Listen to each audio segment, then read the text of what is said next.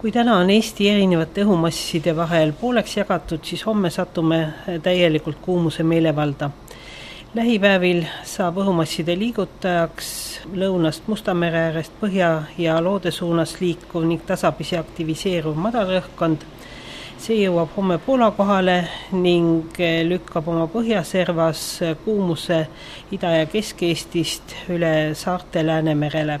Eeloleval ööl tuleb meil veel saartel hoovihma ja on ka äikest ning puhub põhjakaare tuul 3–9 meetrit sekundis, sooja on 16–21 kraadi. Homme päeval on nii nagu ka öösel vähese ja vahelduva pilvisusega ilm, kohati võib hoovihma sadada ja äikest olla. Saju võimalus suureneb õhtupoolikul. Tuul puhub idakaarest kiiruseks 4–9, rannikul puhanguti 12 meetrit sekundis, tugevamaid tuuleiile võib olla ka äikese ajal. Sooja on saartel 25–30, mandril 30–35 kraadi.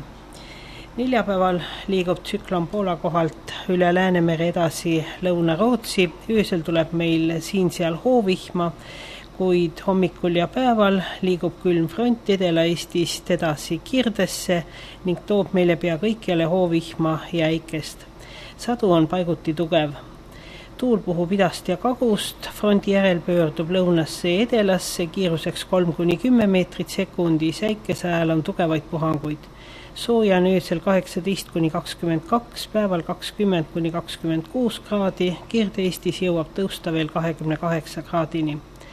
Reedel oleme juba jahedamas õhumassis, kohati sajab hoovihma, lõuna- ja edelatuul tugevneb 5–12, saartel päeval 14 meetrini sekundis, sooja on öösel 16–20, päeval 19–25 kraadi.